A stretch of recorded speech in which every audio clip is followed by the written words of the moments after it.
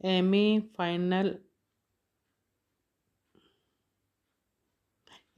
Final के बच्चों का हार्दिक स्वागत। बच्चों, मैं अलका जैन, राजकीय महाविद्यालय किशनगढ़ से। बच्चों, हमने गत कालांशों में बाण भट्ट की आत्मकथा का पठन सारांशत रूप में किया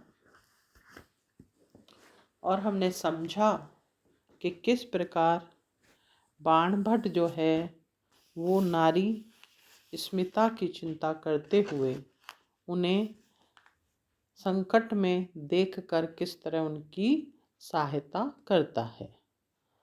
आज हम बात करेंगे कि बाण भट्ट की आत्मकथा में उपन्यासकार हमें क्या संदेश देना चाहता है, उनका इस उपन्यास को लिखने के पीछे क्या उद्देश्य रहा है, उस विषय पर हम बात करेंगे। बच्चों, उपन्यास किसी न किसी उद्देश्य को लेकर या कहीं किसी न किसी विचारधारा से प्रेरित होकर न भी लिखा जाए तो भी उसमें उद्देश्य निहित होता है, विचार संलग्न रहते हैं, तो फिर संदेश भी उन्हीं का भाता है या कहिए इस वर्ग का है। उसमें क्यों न सामने आने की भावना हो, हिस्सा उपलब्धि की ईर्ष्या हो। ईर्ष्या यदि गंदे अर्थ में समझें तो प्रतियोगिता शब्द उसके स्थान पर प्रयुक्त किया जा सकता है। मनोविज्ञान प्रत्यक्ष संदेश को अस्वाभाविक तथा गलत प्रभाव उत्पादक मानता है। इसी प्रकार नकारात्मक उपदेशों या शिक्षाओं को भी। साहित्य धर्म या नीति शास्त्र नहीं जो शुष्क तथा प्रत्यक्ष संदेश दे, वह तो हमारी रागात्मकता वृत्ति का प्रसार करता है, हमारे संबंधों की सीमा की प्राचीर को काट हमें अग्रोन्मुख होने की प्रेरणा प्रदान करता है। वह सरस है, प्रबुद्ध है, न मंगल है और न अमंगल। वह जो है सो सामने है।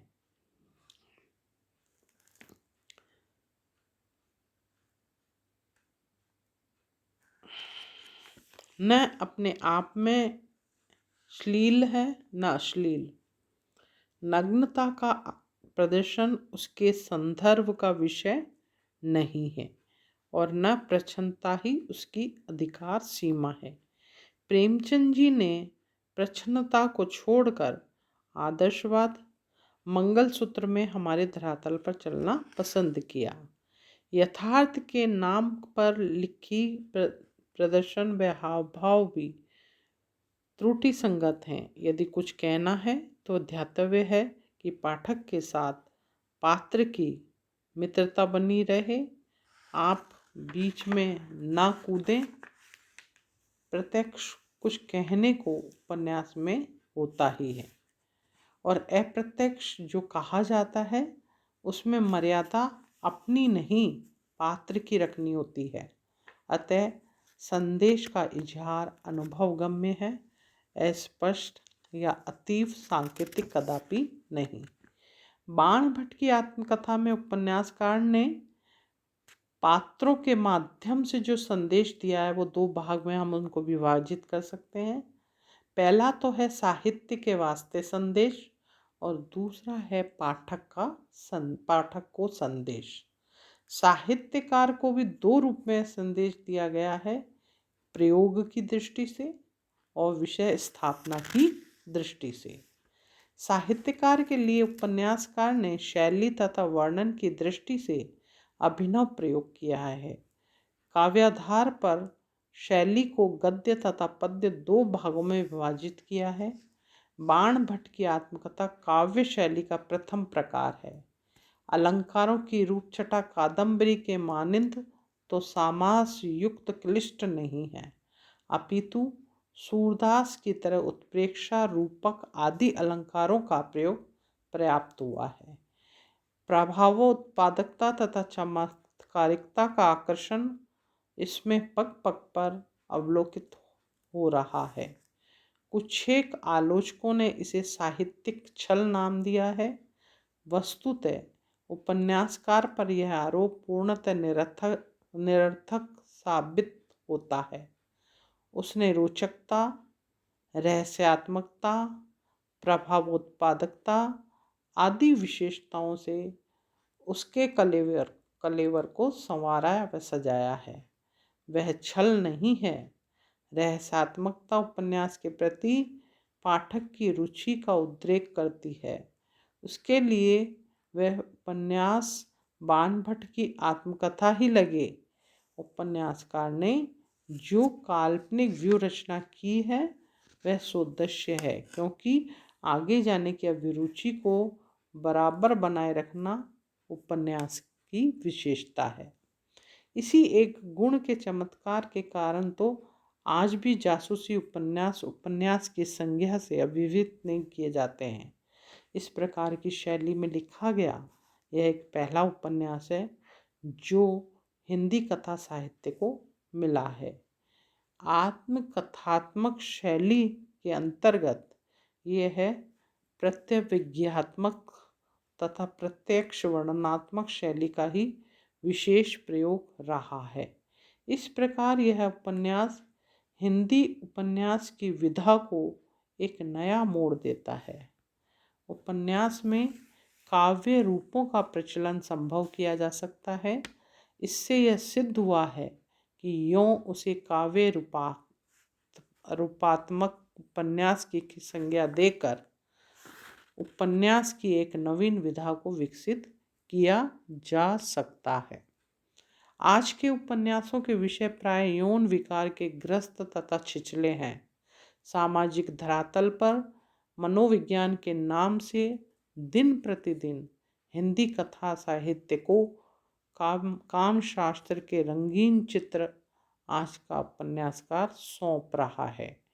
जैनेन्द्र तथा यशपाल जैसे साहित्यकार इस संदर्भ में जो चित्र दे चुके हैं वह भी क्या वासना उत्तेजनात्मक से संकुल नहीं है।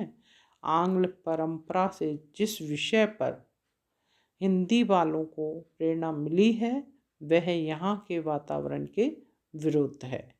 यूरोप को भारत में खोजना कहाँ की अक्लमंदी है, पर जो हो रहा है उसके प्रति सशक्त कदम उठाने की बड़ी ही सख्त ज़रूरत है। प्रेम को विकृति से बचाने की आज आवश्यकता है। इस सिलसिले में डॉक्टर द्विवेदी जी के बाणभट्ट की आत्मकथा ने बड़ा ही सशक्त और क्रांतिकारी कदम उठाया है।